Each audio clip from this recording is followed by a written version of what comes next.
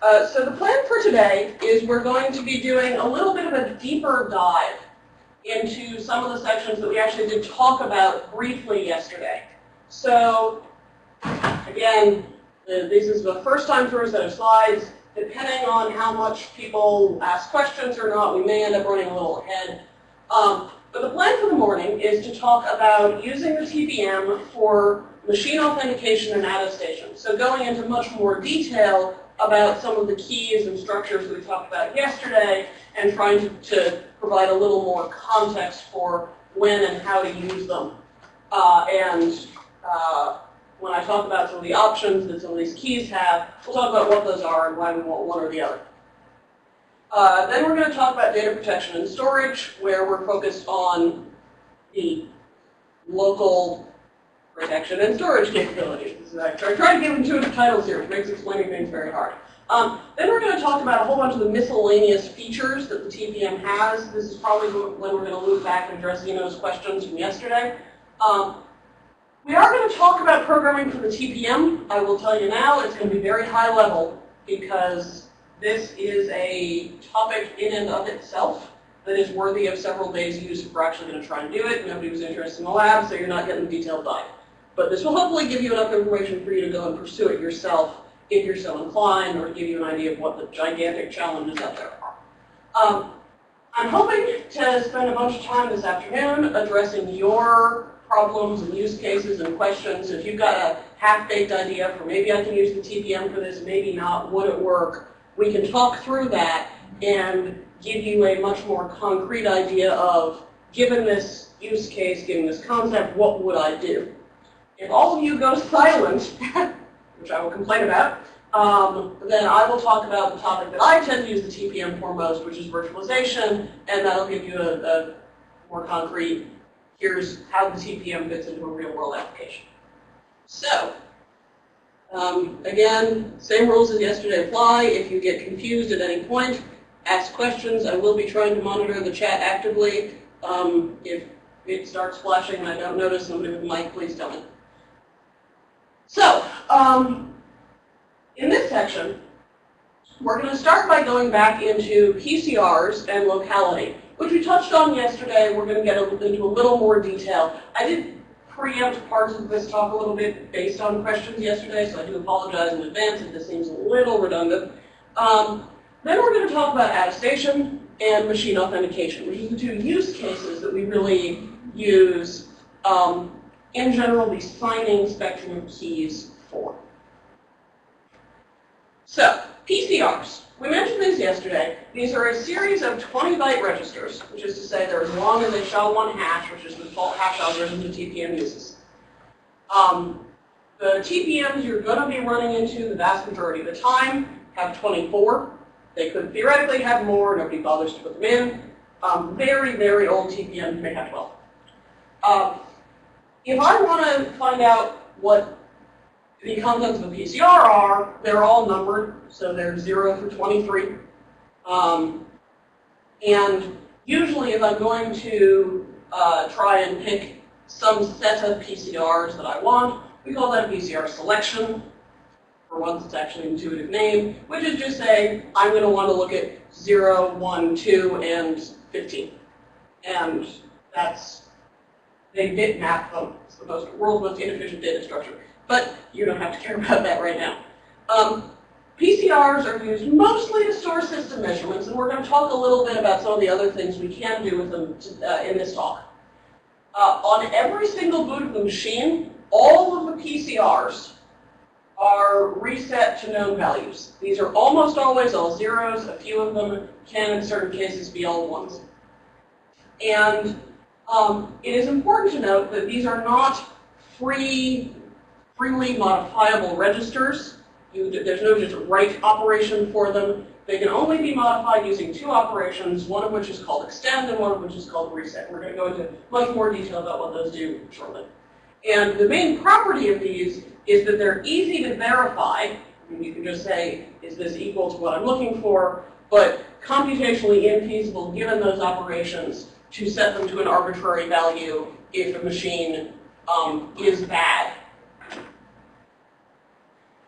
So, The only way that you can add data to a PCR is with this TPM extend operation.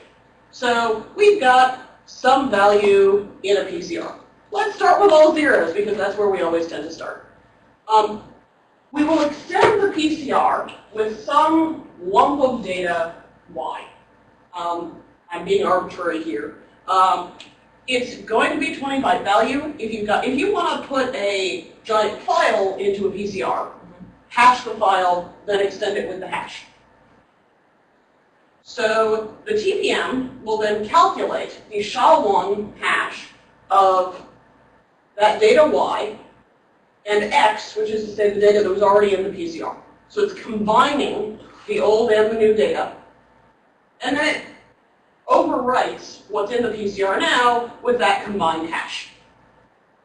So now I can extend it again, and now I've got the hash of A and the hash of Y and X.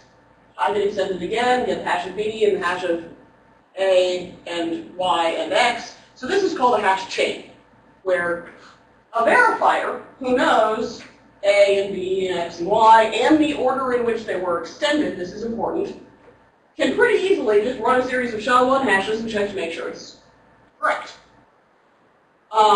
If you want to get to some arbitrary value, starting from a different initial value, whether that be you're trying, somebody has already extended a PCR with some completely unrelated thing, calculating a series of extends that will get you to the same endpoint is really not computationally possible.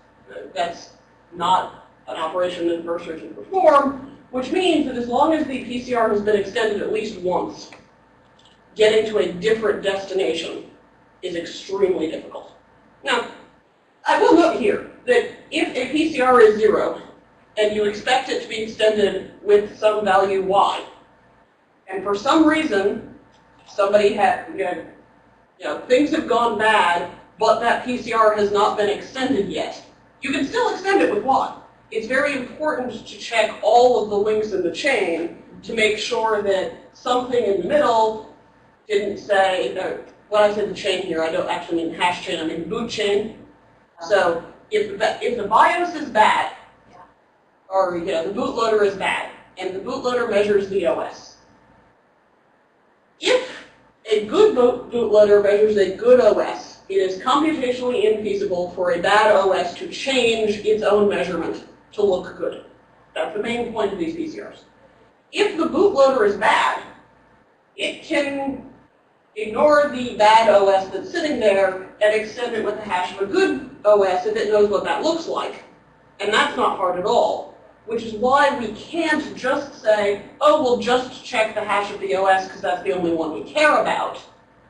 We need to look at what's putting that in there, because the hash chain is still reliable, but the source of information may not be. And this is why we care about the root of trust being accurate, and this is why we care about each step in that chain being verified.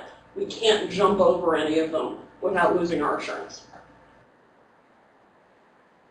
So some, but not all, PCRs, and we're going to get to which ones those are and why, are what's called resettable. And this means that at any point during the machine's boot cycle, or in some cases during a specific point in the machine's runtime, you can execute a PCR reset command, which for the resettable PCRs will set it back to either all zeros or all ones. And there's a couple of PCRs which, according to the spec, may be all zeros or all ones, depending on, for example, whether the DRTM is executed. That's a level of detail we're not going to get into right now. The important part is that resettable PCRs do go back to a known state, and we generally can't tell whether a PCR has been reset or not. Even the ones that resets different values, that generally, it's rare, it's not well defined as to which ones will go back to which. So, in general, assume that if it's a resettable PCR, you cannot detect whether it has changed, whether it has ever been reset. You're not getting history from boot. You can't even tell whether you're getting history from boot. So whether a particular PCR is resettable or not, this is defined by number. Remember how I said PCRs are indexed by number. So for example, PCR 0 is never resettable, PCR 15 is freely resettable. And that's going to be true for any TPM that meets what's called PC client spec. The TPM spec just says there exist resettable and non-resettable PCRs. This is what it means. The PC client spec is the one that actually defines for real-world TPMs what's what. Now, I mention that in particular because theoretically there could be other TPM specifications. And a virtual TPM, for example, may have a specification eventually, which might say PCR 28 or 30, because it's a virtual world, we can have more memory pretty cheaply, may have a completely different set of permissions, and theoretically the virtual TPM spec could, if they didn't care about compatibility, change the settings on 0 through 23. So reset and extend, to be perfectly honest, both of these require appropriate permissions based on locality. So that's what we're going to talk about next. So in theory, there are 5 distinct localities within a TPM.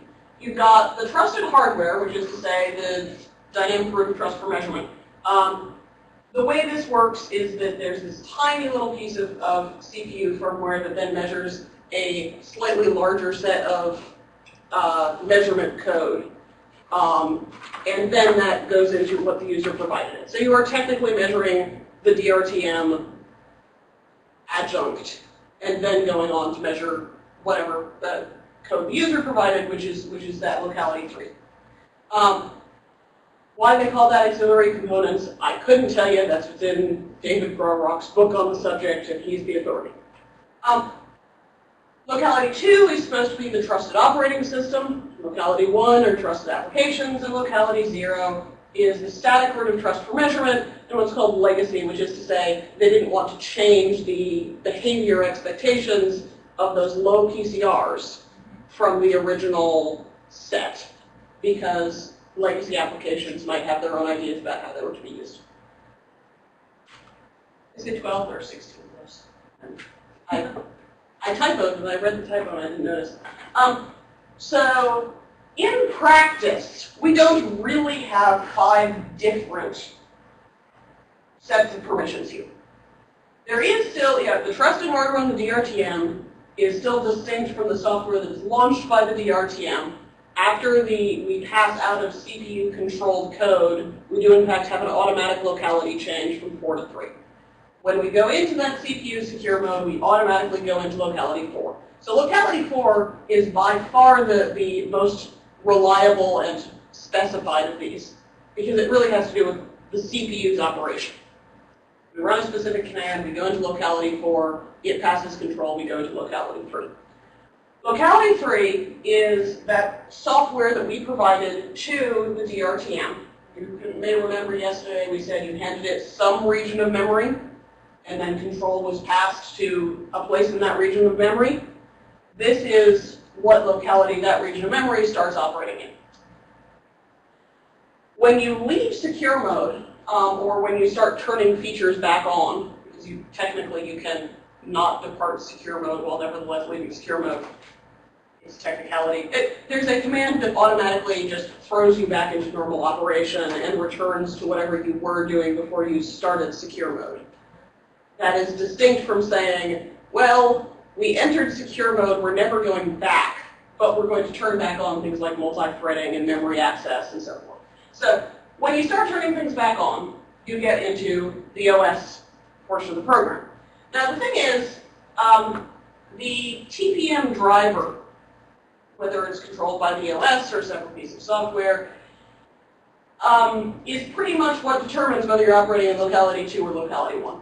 There is no way for the TPM to determine who originated a command. So each command to the TPM is tagged with locality automatically.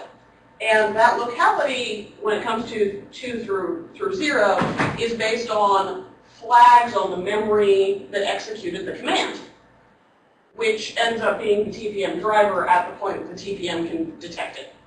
So even though the ideal behavior we would like from locality is to say, these pages of memory that are owned by this application, so you have Firefox or my keychain manager are flagged with, this is a locality 1 application. And anytime that that process performed a TPM operation, it would automatically be open. That's unfortunately not actually the way it works. That would be the right way to do it, but it isn't the way they did it, probably because that was really infeasible, because you've got a driver that's actually the one executing all the commands.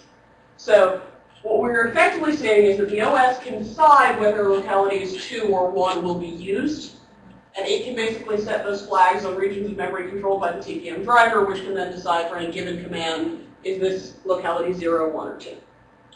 The default locality is locality 0.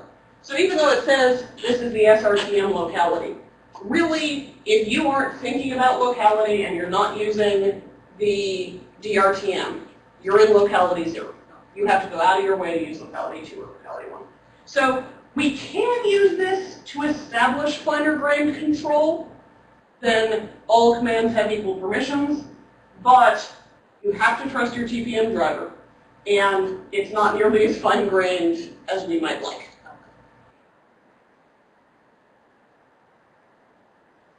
So, I said before, I don't know, can you guys on the remote actually read the numbers here at all? Or is this type too small?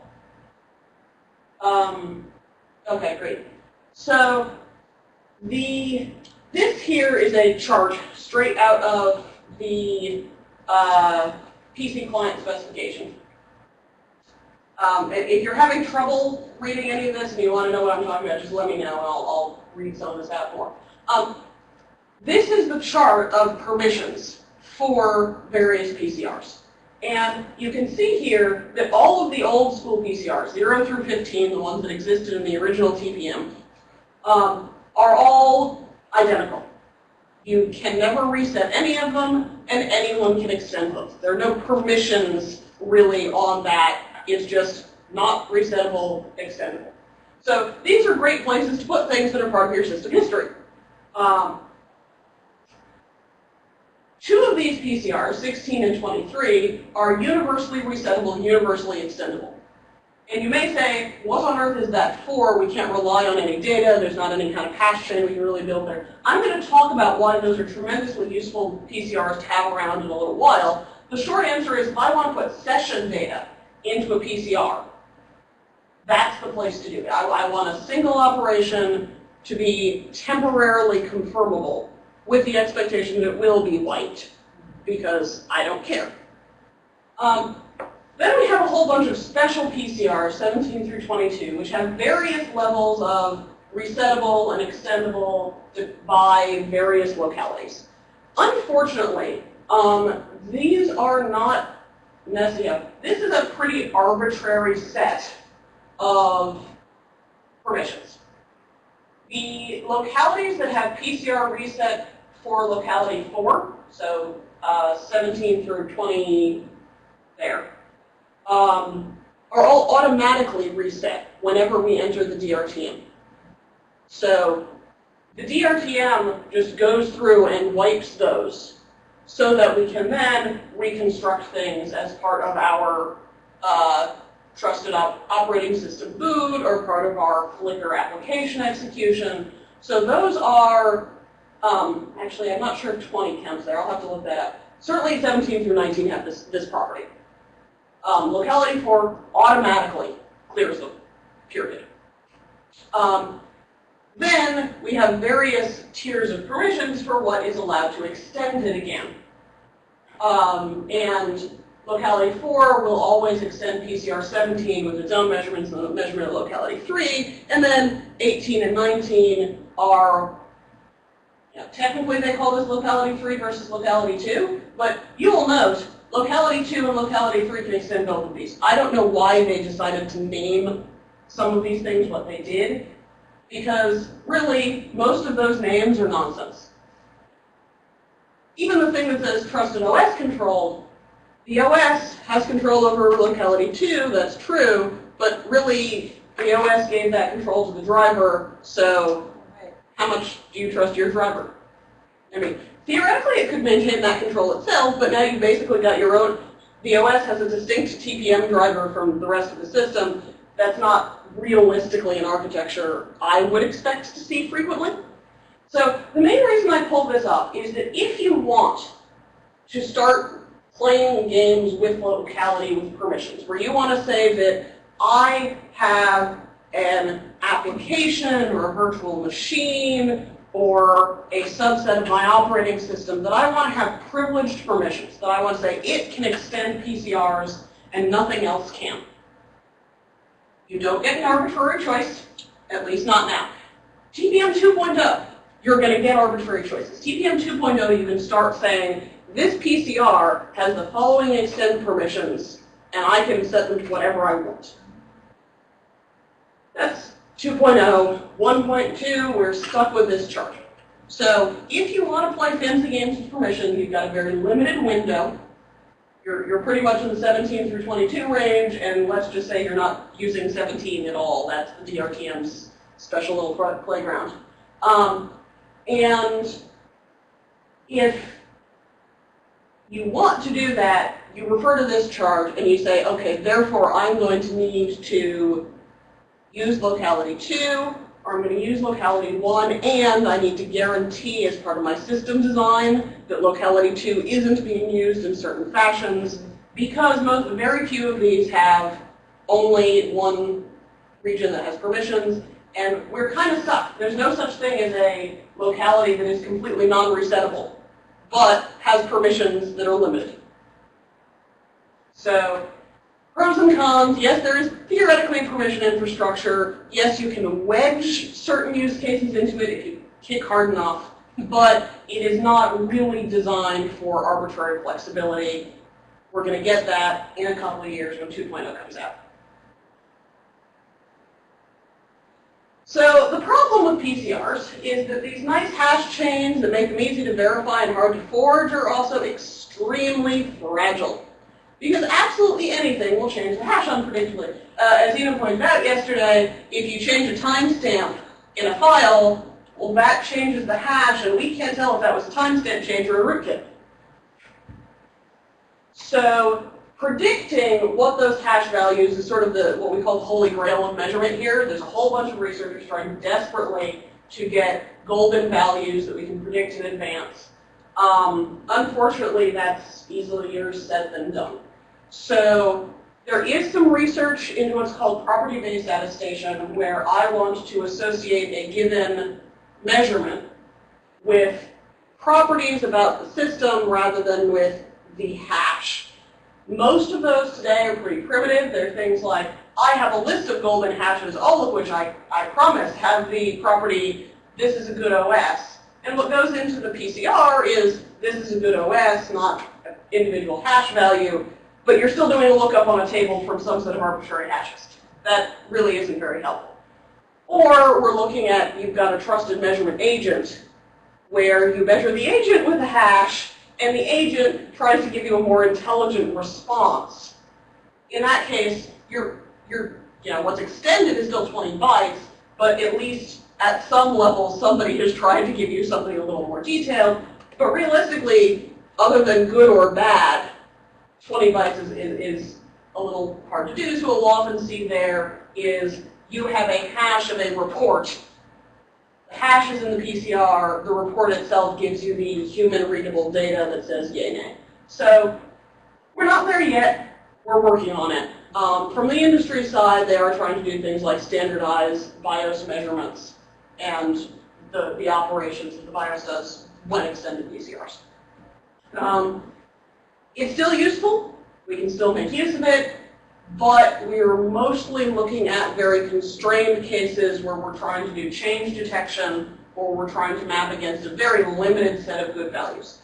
This is part of why all those people who say, well, Disney's going to spy on me are on crack, because if you think it's hard in an enterprise environment where we've generally got one corporate image that contains a limited number of variations, and we're all supposed to be reasonably up to date on our patches, and we all have limited set of hardware, in that world, we still cannot today reliably identify is that good or not. Trying to do that in a a consumer environment where maybe you're running Windows 7 and maybe you're running Windows 3.1. No, this is just not happening. So we're working on it. This is not a magic bullet.